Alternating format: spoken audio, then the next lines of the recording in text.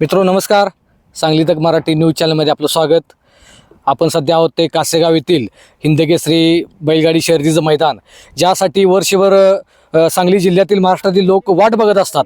ज्या मैदानाची त्या मैदाना काही थोड्या दिवसात आलेला आहे.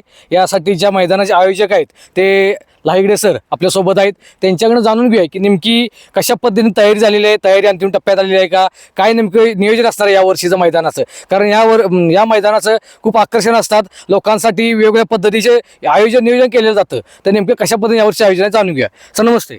नमस्ते. यावर्षी पण खूप मोठ्या पद्धतीने आयोजन आहे, खूप चर्चा आहे आपल्या बैलगाडी शर्यतीची, कारण वर्षभर लोक वाट बघतात आपल्या मैदानाची. हिंदकेसरीचा मोठा किताब आपल्या मैदानाला मिळालेला आहे. काय वाटतंय, कसं नियोजन आहे? सर्वप्रथम महाराष्ट्राचे आराध्य देव छत्रपती शिवाजी महाराज यांना वंदन करतो आणि महाराष्ट्रातले तमाम बैलगाडा चालक मालक मित्रमंडळ आहेत त्यांना नमस्कार करतो.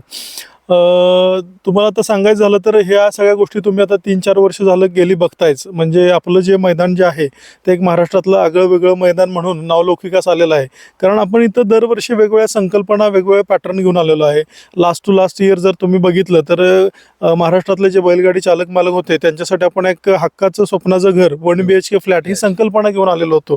तशा ह्या वेगवेगळ्या संकल्पना आणत असताना ह्या वर्षीचं जे प्रामुख्याने जे उद्दिष्ट आहे की आपल्या भागातील किंवा आपल्या इथं पळणारे जे गरीब शेतकरी आहेत त्या सर्वसामान्य शेतकऱ्यांना कुठंतरी हेलिकॉप्टरमध्ये बसायला मिळावं, किंवा इथं ज्या बघायला येणाऱ्या प्रेक्षक महिला आहेत, कारण आपल्या मैदानाला तुम्ही आवर्जून बघताय की खूप सगळ्या प्रेक्षक महिलांची सुद्धा अगदी चांगली संख्येने इथं उपस्थित राहतात. त्यामुळे त्यांना सुद्धा कुठंतरी लकी ड्रॉप पद्धतीनं बसता यावं.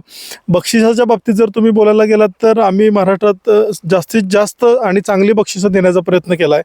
आणि ह्या वर्षी सुद्धा तुम्ही बघितलं तर प्रथम क्रमांकाचं जे बक्षीस आहे ते 5 लाख रुपयाचं बक्षीस आहे. परत 3 लाख आहे, 2 लाख आहे, 1 लाख आहे, 62,000 आहे आणि 26,265 6 नंबरचं 7 नंबरचं असं अनुक्रमे 7 बक्षिसं टोटल ठेवलेलं आहे. त्याचबरोबर सेमीफायनलला ज्या गाड्या बाहेर पडणार आहेत त्यांना 2 नंबरला ज्या गाड्या बाहेर पडणार आहेत त्यांना सुद्धा 6,265 रुपये हे 7 बक्षिसं आपण देणार आहे. आणि इथली तयारी जवळजवळ सगळी अंतिम टप्प्यात आलेली आहे. तर महाराष्ट्रातले तमाम बैलगाडा चालक मालक यांना माझी हीच विनंती आहे, अजून 2 दिवस आहेत, जास्तीत जास्त संख्येनं बुकिंग करा. तुम्ही बुकिंग करून जेवढ्या जास्त संख्येने इथं पार्टिसिपेट व्हाल तेवढीच आम्हाला इथं ऊर्जा मिळत असत्या, हेच मी ह्या निमित्तानं सांगेन. सर आता आपल्या इथं आपण सध्या तर आता मैदानामध्ये आहोत. कशी रचना असणार आहे मैदानाची, बैठक व्यवस्था कशी असणार आहे? आपण पाहू शकतो की इकडे आता बैठक व्यवस्था महिलांसाठी कुठल्या साईड असणार आहे, पुरुषांसाठी कुठं असणार आहे? आता तर तुम्ही बघितलं गेल्या वर्षी पण बघताय किंवा ह्या वर्षी पण जर तुम्ही बघितलं तर इथं गॅलरीची प्रचंड मोठी व्यवस्था केलेली आहे. गॅलरी बरोबर छताची देखील इथं व्यवस्था असणार आहे.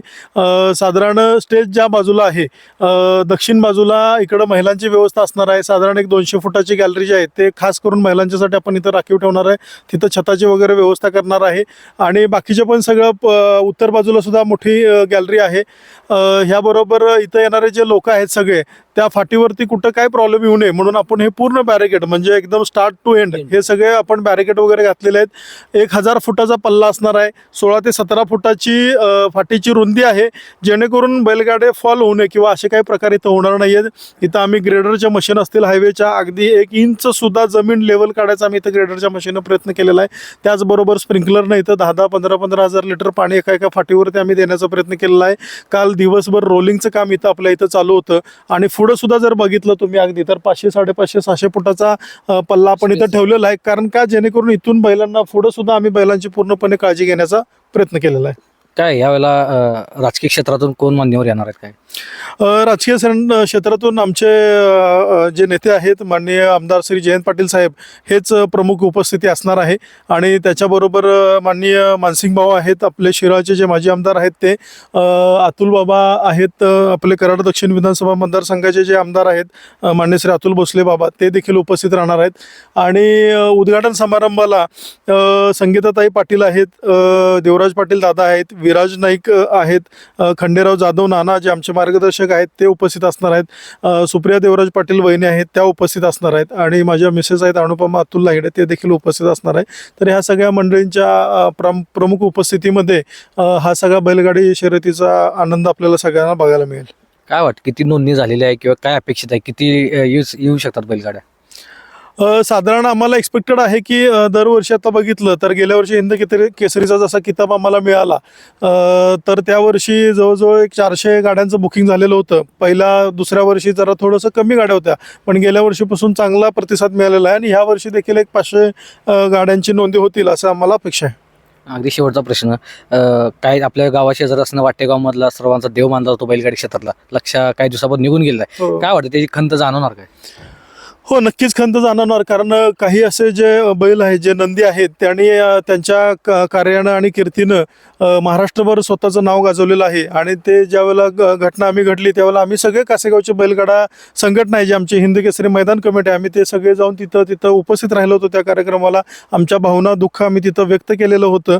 आणि येणाऱ्या काळात सुद्धा अशाच प्रकारचे आपले जे शेतकरी आहेत सगळे, ते नंदी चांगल्यातले चांगले बैल घडवण्याचं काम करत आहेत. त्या सगळ्या लोकांचं देखील खूप मोठं योगदान आहे ह्याच्यामध्ये. अगदी शेवटचा प्रश्न, बैलगाडी क्षेत्रातील बघणाऱ्या प्रेक्षकांना काय सांगाल, काय आव्हान कराल? बैलगाडी शर्यत शौकीन, आणि आता शौकीन म्हणण्यापेक्षा काय की आपल्या भागात जर बघायला गेलं तर ह्या आपल्या कासेगाव हिंद केसरी मैदानामुळं बऱ्याच लोकांना, जे लोक ह्याच्यामध्ये नव्हते त्या लोकांना सुद्धा आता ह्या बैलगाडी क्षेत्राची आवड निर्माण झालेली आहे.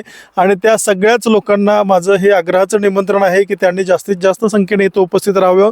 तुमच्यासाठी इथं असणाऱ्या ज्या सगळ्या व्यवस्था, आम्ही जे मॅक्झिमम सुविधा देण्याचा तुम्हाला इथं प्रयत्न केलेला आहे. तरी महाराष्ट्रातील तमाम बैलगाडा चालक मालक, महाराष्ट्राच्या बाहेरून येणारे सुद्धा आहेत, त्यांना सुद्धा सगळ्यांना माझं आग्रहाचं निमंत्रण आहे. तुम्ही सगळ्यांनी इथं उपस्थित राहून ह्या आपल्या कासेगाव हिंद केसरी बैलगाडा शर्यतीचा आनंद लुटावा. तर हे होते अतुल लायगडे यांनी त्यांच्या शब्दात सांगितलेलं आहे की कशा पद्धतीने आयोजन केलेलं आहे. कारण इतकं मोठं मैदान असून सुद्धा येणाऱ्या प्रेक्षकांसाठी तंतोतंत कशा पद्धतीने नियोजन केलं जाईल, आणि त्यासाठी खास महिलांसाठी सुद्धा बैठक व्यवस्था असेल, त्यांच्या सर्व सुविधा इथं पाहायला जाणीवपूर्वक पाहणार आहेत. त्यासाठी सर्व प्रेक्षकांनी येऊन ह्या स्पर्धेचा लाभ घ्यावा अशी त्यांच्याकडून सांगण्यात येत आहे. सांगली तकसाठी शीतल कुमार शेटे, कासेगाव.